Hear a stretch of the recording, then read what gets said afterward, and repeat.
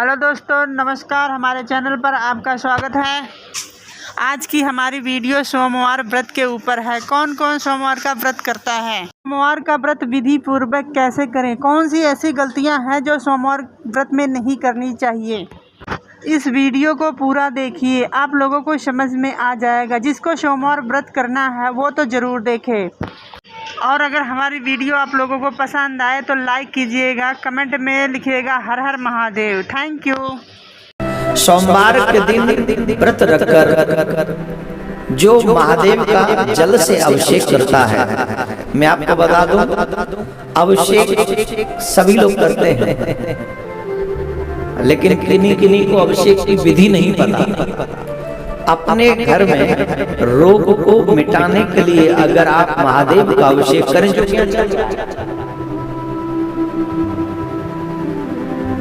रोग को मिटाने की एक विधि है, जब महादेव का अभिषेक करें तो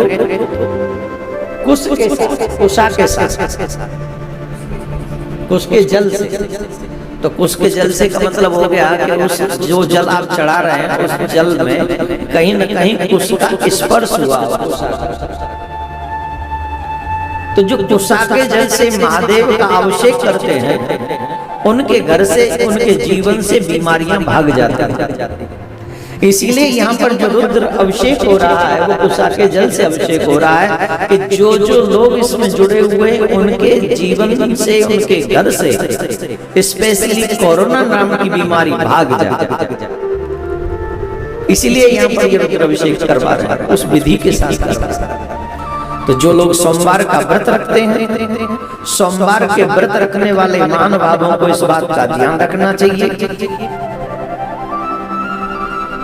कि महादेव का अभिषेक बिना कुछ खाए, बिना जल ग्रहण किए, आजकल बुरी आदत है उठते ही चाय पी लेते हैं। जब आप नियमों का अतिक्रमण करते हैं तो वो फल आपको नहीं मिलता जो आपको मिलना चाहिए। प्रत्येक व्रती को, मतलब जो लोग व्रत रखते हैं, उनको पूर्णतः नियमों का पालन करना चाहिए। जब आप व्रत हैं तो बिना स्नान किए आप चाय पानी नहीं ले सकते, पूजा किए बगैर नहीं ले सकते। तो सोमवार का व्रत रखने से पहले ये ध्यान रखें, सुबह उठे, स्नान करें और सबसे पहले शुद्ध पात्र लें, पात्र में जल भरें, संभव हो सके तो गंगा जल भरें और गंगा जल लेकर उस पे कुश का स्पर्श कराएं या उसमें ही कुश रखकर फिर अभिषेक करें और फिर बेलपत्र चढ़ाएं। बेलपत्र चढ़ाने का बहुत बड़ा महत्व है। दो ही देवता ऐसे हैं जो बड़े आसानी से प्रसन्न हो जाते हैं। बहुत सरल पूजा है इन दो देवताओं की, एक तो शिव जी की और एक नारायण की। हमारे ब्रज में तो संत कहते हैं चढ़ाए के पी लो, दिखाए के खा ले, ऐसे देवता हैं। नारायण शालिग्राम के रूप में है और महादेव शिवलिंग के रूप में है।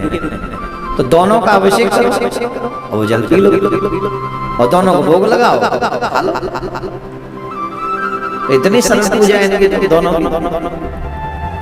तो बेलपत्र से महादेव प्रसन्न हो जाते हैं और तुलसी दल से शालिग्राम प्रसन्न हो जाते हैं। दुनिया को सोना दे दो, चांदी दे दो, ये दे दो, वो दे दो, गाड़ी दे दो, बंगला दे दो, सब दे दो, इसके बाद भी हैप्पी नहीं है, हैप्पी है। और महादेव को बेलपत्र चढ़ा दो, प्रसन्न हो गए। महादेव ने एक बात कही है, जब भी कोई जीव मेरे मंदिर में आता है और पहली बार जब कहता है हर हर महादेव, तो मैं उसका हो जाता हूँ। एक बार कहने पर हर हर महादेव मैं उसका हो जाता हूँ, और जब 3 बार बोल देता है तो मैं ऋणी हो जाता हूँ। इतनी जल्दी महादेव प्रसन्न होते हैं, इतनी शीघ्रता से महादेव भूत बाबा, विश्वनाथ, महाकालेश्वर प्रसन्न हो जाते हैं। और यही बात भगवान श्री कृष्ण के ऊपर भी है। राम और कृष्ण और भोले में कोई अंतर मत समझ। यहाँ शिव कथा हो रही है, इसलिए शिव महात्मा की चर्चा हम यहाँ कर रहे हैं। 3 बार कृष्ण कृष्ण कहने पर कृष्ण ऋणी हो जाते हैं। 3 बार महादेव कहने से महादेव महादेव महादेव महादेव ऋणी हो जाते हैं। बेलपत्र चढ़ा दे तो बड़े प्रसन्न हो जाते। तो सोमवार के व्रत में अभिषेक करने के बाद बेलपत्र चढ़ाकर गंगा जल से अभिषेक करे, और गंगा जल से अभिषेक करने के बाद में बेलपत्र चढ़ाए, और संभव हो सके तो कुछ न खाएं, जल पी लें, और अगर संभव लगे कि हम नहीं रह सकते तो फल खाएं, ज्यादा नहीं व्रत में खाना चाहिए, और ज्यादा से ज्यादा इसी मंत्र का जाप करना चाहिए, ओम नमः शिवाय। इस मंत्र का जाप करने से हम उतने पाप कर नहीं सकते जितना ये पापों को नष्ट करने में सक्षम है ये मंत्र। हम कर ही नहीं सकते जीवन में।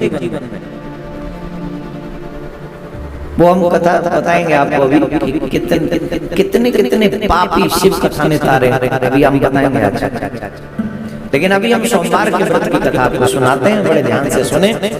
एक वैश्य थे, बड़े धार्मिक प्रवृत्ति के थे, पति पत्नी थे, बड़े धार्मिक प्रवृत्ति के थे दोनों।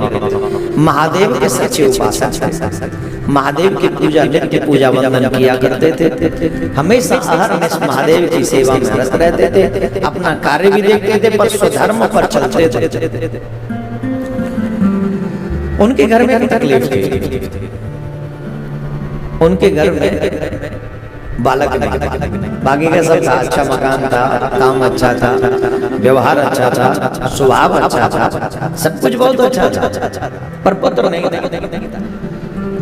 तो एक दिन सेठानी जी रो पड़ी अपने पति के आगे, वैसे महादेव ने हम सबको सब कुछ दिया है, पर हमारे बाद हमारी पीढ़ी को कोई जल देने वाला नहीं होगा। कोई एक बालक होता तो कम से कम हमारे जाने के बाद हमारे पितरों को जल मिलता रहता। प्रत्येक स्त्री विवाह के बाद अपने आप को संपन्न संपूर्ण तब समझती है जब उसका मातृत्व जागृत हो जाता है, और मातृत्व जागृत होता है संतान उत्पन्न होने के बाद। हमारे शास्त्रों में अगर आप देखें तो विवाह का मतलब सिर्फ इतना ही है कि विवाह इसलिए हो कि संतान हो जाए, जैसे आगे वंश चले। इसके ज्यादा शौक मौज और पिकनिक स्पॉट के लिए विवाह नहीं है कि घूमने फिरने या ये ठीक है, इट्स ओके, जो तुम चाहते हो you can do it, but विवाह होता ही है एक संतान हो जिससे सृष्टि आगे बढ़े, तुम्हारा वंश आगे बढ़े, सिर्फ इतना। तो सेठानी रो रही थी, तो एक दिन कहा कैसे करें, महादेव से प्रार्थना करनी चाहिए। तो महादेव के मंदिर में अभिषेक करते करते सोमवार का व्रत रखते थे दोनों सोमवार का व्रत। तो महादेव से प्रार्थना करी, और जब महादेव से प्रार्थना करी तो महादेव प्रकट हुए, और महादेव ने कहा कि तुमको पुत्र होगा, लेकिन बात एक ही है 12 साल की आयु होगी उसकी, बस मात्र 12 साल। अब न तो सेठ जी खुश रह सके और न दुखी हो सके। कहीं कहीं ऐसा भी आता है कि महादेव ने आए स्वप्न में सेठ जी से महादेव ने कहा कि तुमको पुत्र होगा, लेकिन 12 वर्ष का ही होगा, 12 वर्ष तक ही रहेगा। दोनों बात समझ के चलो, प्रकट भी हो गए या स्वप्न में आया, कल काल में स्वप्न भी तो साक्षात्कार ही माना गया। तो अब सेठ जी इस बात को किससे कहेंगे, और सिर्फ सेठ जी को पता था, सेठानी को पता। बाप बेटा हुआ 9-10 महीने बाद बड़े खुश हुए सेठानी जी, बड़ी प्रसन्न माहौल में बड़ी रहल चल हो गई, अरे वाह वाह वाह, इतने सालों बाद पुत्र हो गया, बड़ी खुशी थी, बड़े आनंद में सब मगन हो रहे थे, सब खुशियां मना रहे थे। पर वही है वही जो राम रचिरा को करे तर्क बढ़ाए सा। इतना ही था। होता क्या है बोले, जो राम स्वीकार करें, शिव जिसे स्वीकार करे, सिर्फ उतना ही होगा। तुम कितन तू कछु और विचार करे न, तेरो विचार धरो ही रहेगा। चाहते क्या नहीं, हम लोग क्या नहीं चाहते, हम तो यही चाहते हैं कि हम यहाँ कथा कर रहे हो, बड़ा भयानक पंडाल हो, भयंकर बहुत विशाल विकराल पंडाल हो, और महाराज जहाँ तक दृष्टि जाए वहां तक लोग ही लोग बैठे हो, यही चाहते है ना, ये आज भी चाहते हैं। पर भयो का बोले चुपचाप बैठो, शांति सेवा धाम, कैमरे लगाओ, लोगों को बैठे रहने दो घरों, और जो जहाँ बैठे हैं वहीं बैठे बैठे सुने। बाकी कसियावर रामचंद्र की। हम तो चाहते हैं, हमारे चाहने में कहाँ कमी है, लेकिन हमारे चाहने न चाहने से कोई फर्क नहीं पड़ता। फर्क पड़ता है कि वो ईश्वर, वो शिव क्या चाहता है, वो गोविंद क्या चाहता है। आज बताओ किस काम के वो बड़े बड़े पावरफुल कंट्री, किस काम के हमारे प्रधानमंत्री, किस काम के हमारे राष्ट्रपति, किस काम की हमारी ये सेना, किस काम की हमारी ये सब, हम किस काम के, तुम किस काम के। जब ईश्वर ने चाह लिया स्टॉप मीन्स स्टॉप। कह रहे हैं लगभग 3 लाख लोग मर गए, पर दिल पे हाथ रख के देखो कितने मरे होंगे। आंकड़ा घटाओ बढ़ाओ तो आई मरी। हम तो कह रहे हैं 3 लाख भी मरे, क्या 3 ही दे सकते हो वापस? 3 लाख मान ले मर गए तो 3 भी दे दोगे किसी को? और यही नहीं, हर जगह अमेरिका में बता दे 5 लाख के लोग करीब लोग मर गए, वो एक नहीं दे सकते। कहने को पावरफुल कंट्री है, तो हम पावरफुल हैं सिर्फ जिंदा रहने, लेकिन हमसे भी आगे किसी और की पावर चलती है। मानो या मानो, इट्स अप टू यू, तुम्हारे ऊपर डिपेंड है। तुम्हारे ऊपर जो कुछ और विचार करे नर तेरो विचार धरो ही नहीं। तुम कुछ और सोचते हो, तुम्हारा विचार किसी योग्य नहीं, वो यहीं रह जाएगा। इसीलिए मैं ये नहीं कहता कि तुम कमाओ मत, मैं ये नहीं कहता कि तुम अपनी जिंदगी की कुछ जो खुद सोचते हो वो करो मत करो, लेकिन हारिए ना हिम्मत विसारिए ना हरि को नाम, जाई भी दे राखे शिवा वाही भी दे रही। हिम्मत मत हारिए, किसी भी कठिन परिस्थिति में हिम्मत मत हारिए, चाहे परिस्थितियां जो हो, जैसी भी हो, अपनी हिम्मत मत हारो। और चाहे जीवन में सब कोई हमें छोड़ के चला जाए, उस कठिन परिस्थिति में भी भगवान का नाम मत भूलो, क्योंकि तुम्हारी सबसे बड़ी दौलत भगवान का। भगवान जब चाहे बदल सकता है, कठिन परिस्थिति को भी बदल सकता है एक क्षण। इसीलिए बैठे हम यहाँ पर शिव कथा करने करेंगे, रुद्र यज्ञ करने के लिए इसीलिए बैठे हैं, जिससे आपके घर सुरक्षित। हम प्रार्थना करेंगे दिल से। मेरे चेहरे पे देख के बनावटी भाव नहीं, मैं आपकी सुरक्षा दिल से चाहता हूँ, आपके परिवार की सुरक्षा, आपके बच्चों की सुरक्षा, अपने देश की सुरक्षा, विश्व की मानव जाति की सुरक्षा दिल से चाहता हूँ, इसलिए बैठा हूँ। और इसलिए आपसे बार बार कह रहा हूँ, ओम नमः शिवाय इस मंत्र का जाप खुद करो और अपने बच्चों से करवाओ। ये आपके काम आने वाला है, ये आपके काम आने वाला है। तो मेरे प्यारे, पुत्र हुआ, बधाइयां बांटी गई, बड़ा व्यवहार हुआ। धीरे धीरे बालक बड़ा होने लगा, और जब धीरे धीरे बालक बड़ा होने लगा तो 11 साल पूरे हो गए। सेठ जी का एक काम बहुत अच्छा था, सेठ जी शिव जी के मंदिर जाना नहीं छोड़ा। सेठ जी ने सोमवार का व्रत करना नहीं छोड़ा। नहीं तो कई लोग कहते हमारी तो कल जो इच्छा थी पूरी हो गई, अब तो व्रत का क्या करना है। हर दिन शिव जी के मंदिर जाते, हर दिन। जब 11वां साल पूरा हुआ और 12वां साल लगने वाला था, तो उसने अपने साले को बुलाया, सेठ जी ने, मतलब लड़के के मामा को। लड़के के मामा को बुलाया और कहा इधर आओ, और उसे बहुत सारा पैसा दिया लड़के के मामा को, और कहा कि इस बच्चे को काशी ले जाओ। लड़का बड़ा सुंदर था, बहुत सुंदर, राजकुमार लगता था एकदम, बहुत ही ब्यूटीफुल। तो मामा से कहा कि तुम इसको अपने साथ काशी ले जाओ, काशी में रहो, जाते समय काशी में विद्या अध्ययन करवाओ, जाते समय संतों की सेवा करते जाना, भंडारा करते हुए जाना, और जब तक काशी में रहो हर दिन भंडारा करना, और हर दिन संतों को बुला के भोजन करा के उनका आशीर्वाद इस बच्चे को दिलवाना। माता पिता से विदा लेकर प्रणाम करके वो बालक काशी के लिए प्रस्थान कर रहा है। मार्ग में जाता है, प्रणाम करता हुआ, भंडारा करता हुआ, मामा जैसे जैसे मामा जी कहते हैं वैसे वैसे वो प्रणाम करता हुआ बच्चा उस सत्कार्य को करता हुआ, पूजा पाठ करता हुआ, भंडारे करते हुए ऐसे आगे बढ़ेगा। प्रिय श्रोता,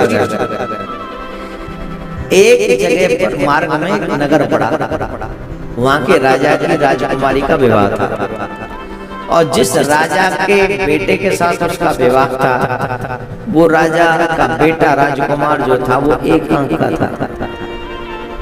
कैसा था? क्या बोलते हैं उसको हमारे ब्रज में? कानो। अब राजा सोच रहा है कि अगर मैं काने राजकुमार को लेके जाऊंगा, राजकुमारी बड़ी सुंदर थी, तो राजा अपने बेटी का विवाह नहीं करेगा मेरे बेटे से। तो पहले कहाँ देखते थे लोगों को, फलाने राजा का बेटा, बोले हाँ कर दो, फिक्स, ऐसे ही हो जाता। तो उसने सोचा क्या किया जाए, तो वो साहूकार का बेटा वहां से निकला, तो राजा ने साहूकार के बेटे को पकड़ लिया और कहा सुन, तेरा विवाह कराएंगे। विवाह मेरा? क्यों? मैं तो पढ़ने जा रहा हूँ। बोले नहीं, विवाह कराएंगे। सुन, तू एक काम कर, देख मेरा बेटा है गोविंदाय नमो नमः, एक आंख का है, इससे राजकुमारी विवाह नहीं करेगी, तू चल विवाह कर ले और चुपचाप चला जाइए, विवाह के बाद में फिर बहू को हम ले जाएंगे। बताना और नहीं चलेगा तो मार देंगे, राजा तो राजा।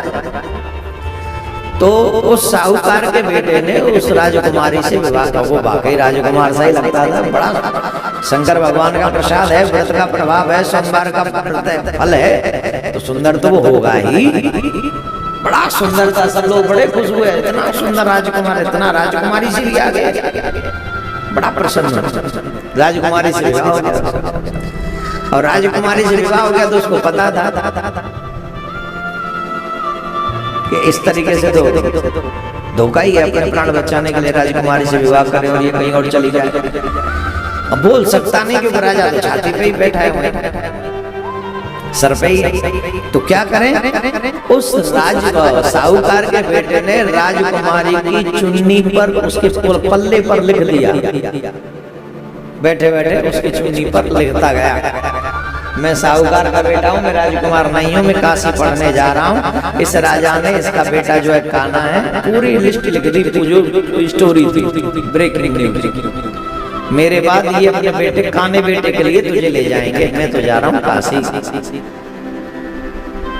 जब फेरे फेरे के बाद में राजकुमारी गई, चुनरी उसने देखी तो उसमें पूरा लेटर लिखा हुआ था, उसने वो पढ़ लिया, और पढ़ने के बाद में उसने अपने महाराज से, अपने पिता से कहा, तो पिताजी ने राजा को क्या बोलते हैं, बेरंग लौटा दिया कि जाओ, मेरी बेटी तुम्हारे घर नहीं जाएगी। और वो चला गया काशी, अपने मामा के साथ काशी में रहने लगे, और काशी में नित्य भंडारे की सेवा, भोजन की व्यवस्था, संतों का आदर सत्कार वहां पर होता रहा। ऐसे ही कर करके धीरे धीरे करके वो दिन भी आ गया जब 12 साल कंप्लीट होने लगे। उस दिन बहुत बड़ा यज्ञ, उससे पहले भी वहां यज्ञ कराया गया बहुत बड़ा, वो यज्ञ चल रहा था, मामा उसमें यजमान बन के बैठा हुआ था।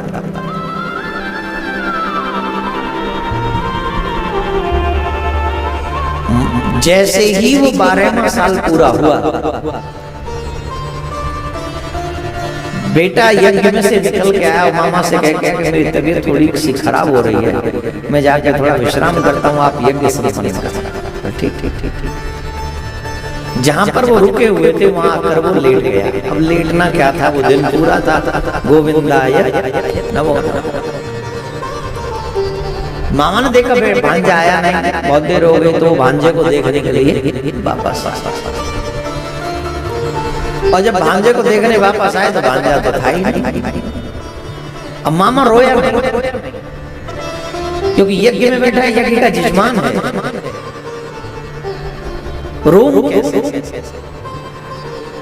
रोया ही।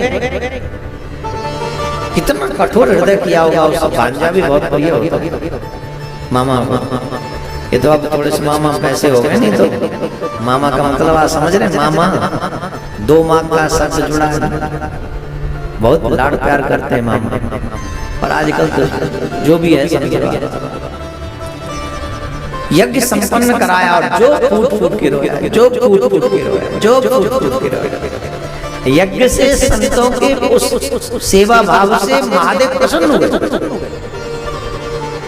पूछा बताओ क्या चाहिए? माँ पार्वती ने बाबा भोलेनाथ से कहा ये इतना छोटा सा प्यारा सा बच्चा है, इतना बड़ा इसने यज्ञ कराया है और ये रो रहा है, ये दुखी है। क्यों? शंकर भगवान माँ पार्वती माँ के निकल रहे थे। पार्वती माँ को दया आ गई, ये क्यों रो रहा है? बोले देवी इसको हमी ने 12 वर्ष का आयु दिया, अब इसके माता पिता सोमवार का व्रत करते थे तो हमसे पुत्र मांगा, हमने दे दिया, लेकिन 12 वर्ष की आयु आज उसका वो समय पूरा हो गया।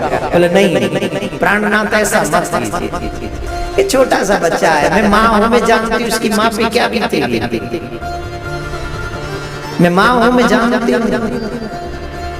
और इस दर्द को माँ के सिवा कोई और नहीं जान सकता, इसलिए आपसे हाथ जोड़ के प्रार्थना कर रहे हैं, मेरे कहने से इसकी आयु बढ़ाई। महादेव प्रसन्न हुए और बच्चा उठ के खड़ा हो गया और मामा का हृदय प्रफुल्लित हो गया। बोले भोलेनाथ भगवान की, काशी विश्वनाथ की, पार्वती मैया की। वैसे मैया ज्यादा दयालु होती है पिताओं से, तो महादेव से भी ज्यादा दयालु माँ पार्वती, सच्ची बता रहा हूँ। माँ बहुत जल्दी दया कर देती है, बहुत अतिशीघ्र प्रसन्न हो जाता है। मामा बड़े प्रसन्न हुए, बोले भांजे यज्ञ पूरा हो गया, पढ़ाई पूरी हो गई, चलो वापस चलते। वापस जब जा रहे थे तो उसी नगर में पहुंचे। जब वहां के निकल रहे थे तो वो देख रहा था राजकुमारी गई होगी कि यही होगी। विवाह हो गया था, छोटे छोटे बच्चों का भी मन तो करता ही है, चाहे विवाह के नियमों को न जाने पर बहू का नाम तो जानते ही है। 7-8 साल 9 साल 10 साल के तभी से कहते बहू बहू, जाने न ताने फिर भी बहू, और जब बड़े हो जाते तो फिर ले बहू। फिर कोरोना काल में ये सोचते अब कैसे पालें बहू, अब कैसे पालें बेटे, अब कैसे पालें बच्चे हैं। पर घबराइए नहीं, जब वो समय नहीं रहा तो ये भी समय नहीं रहेगा, निकल जाएगा। जहाँ 4 सब्जियों से खाते थे वहाँ 1 से खा लो, 1 से नहीं खाते चटनी से खा लो, पर महादेव का नाम मत भूलना, अपने इष्ट का नाम मत भूलना, अपने आराध्य का नाम मत भूलना। मैं गारंटी से कहता हूँ ये समय भी निकल जाएगा। राधे राधे बोलना पड़ेगा, ऐसे नहीं, जरा जोर से बोलना पड़ेगा। तो मेरे प्यारे राजकुमारी की तरफ, महलों की तरफ देखता हुआ जा रहा था, और राजकुमारी उसी दिन से काशी से आने वाले मार्ग को देख रही थी, जाऊंगी तो उसी के साथ जाऊंगी। प्रतीक्षा करती थी कब लौटेगा, कब लौटेगा, लौटेगा तो मैं कह रहा हूँ कब लौटेंगे, पति हो गए, कब लौटेंगे, कब लौटेंगे। तो देखा वही राजकुमार, वही साहूकार के पुत्र आ रहे हैं, तो तुरंत अपने पिता को अवगत कराया, वो जा रहे हैं, निकल रहे हैं। दौड़े राजा, अपने सेवकों से कहा बुला के लाओ इन्हें आदर सत्कार के साथ, और पूर्णतः अपने जामादा की तरह उनका स्वागत किया, सत्कार किया, और बहुत कुछ धन देकर, दहेज देकर कहा कि आपकी पत्नी है मेरी पुत्री, आप इसे स्वीकार करें। बहू पाके साहूकार का बेटा भी खुश, और पति पाके राजकुमारी भी प्रसन्न हुई। विदा कराकर जा रहे थे, उधर में माता पिता सेठ जी उधर ही देख रहे थे काशी से, क्या मेरा बेटा आएगा वापस।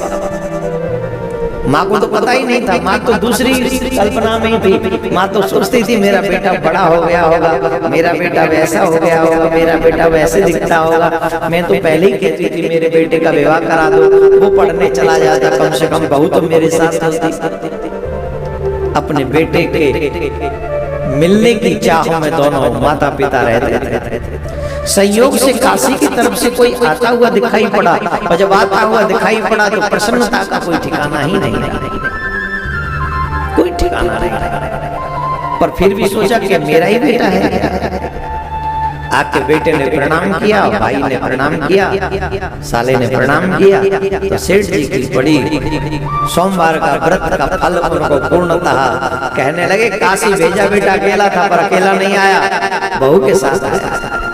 महादेव जब देते हैं तो उतना ही नहीं देते जितना तुम चाहते हो, महादेव उससे डबल देते हैं, और शायद कभी कभी इतना देते हैं जितना तुम मांग भी नहीं सकते, उससे ज्यादा महादेव तुमको देते हैं। नमः पार्वती पतये हर हर। तो माता पिता प्रसन्न हुए अपने बहू बेटे को पाकर। ये बालक शेष बचा किसकी कृपा से? यज्ञ भगवान की कृपा से, संतों की सेवा की कृपा से। मैं फिर कह रहा हूँ, ये जो रुद्र यज्ञ हो रहा है, ये जो शिव कथा हो रही है, आपके अपने परिवार को सुरक्षा देने के लिए हो रही है। ये साधारण नहीं है। आप जब व्रत करते हैं, आप जब नियमों का पालन करते हैं, आप जब कोई अनुष्ठान करते हैं, तो वो अनुष्ठान आपके जीवन में सुकृतों का एक समूह इकट्ठा करता है, सुरक्षा कवच इकट्ठा करता है आपके लिए। इसलिए हमको बुरे वक्त में सत्कर्म